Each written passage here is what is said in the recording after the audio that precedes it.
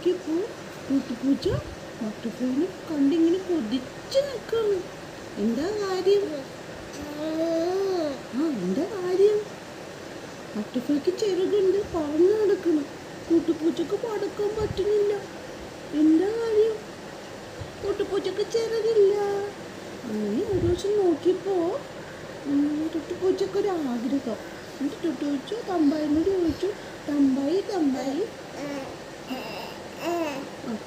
തമ്പായി തമ്പായി എനിക്ക് ചിറക് തരുമോന്ന് ചോദിച്ചു. തമ്പായി പറഞ്ഞു, അങ്ങനെ എല്ലാവർക്കും ചിറക് കൊടുക്കാൻ പറ്റില്ല. ബട്ടർഫ്ലൈസിനും കിളികൾക്ക് മാത്രമേ ചിറക് ഞാൻ കൊടുക്കാറുള്ളൂ.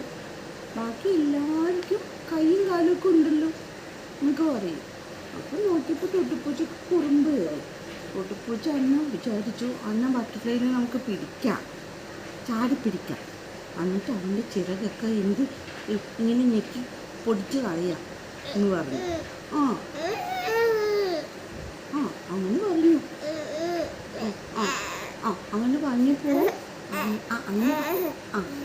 അങ്ങനെ പറഞ്ഞപ്പോൾ എന്ത് പറഞ്ഞു?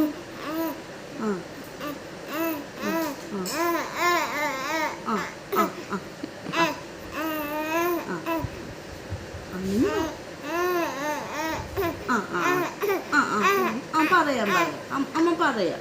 ടുട്ടുച്ചൻ അങ്ങനെ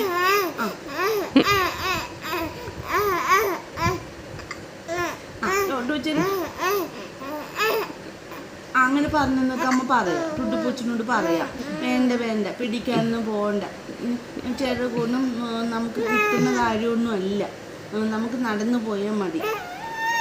നമുക്ക് ചാടി ഓടിയൊക്കെ പോകാമല്ലോ, പക്ഷെ ബട്ടർഫ്ലൈക്ക് പറഞ്ഞല്ലേ പോകാൻ പറ്റുള്ളൂ. അങ്ങനെ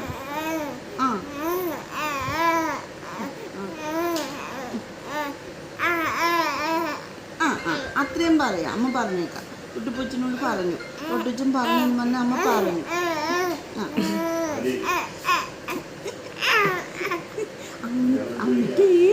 എന്നിട്ട് ബട്ടർഫ്ലൈന് ഒരു വർഷം ടുട്ടുപൂച്ച നോക്കി എന്നിട്ട് ഒറ്റപ്പെടുത്തോ. പാവം ബട്ടർഫ്ലൈ.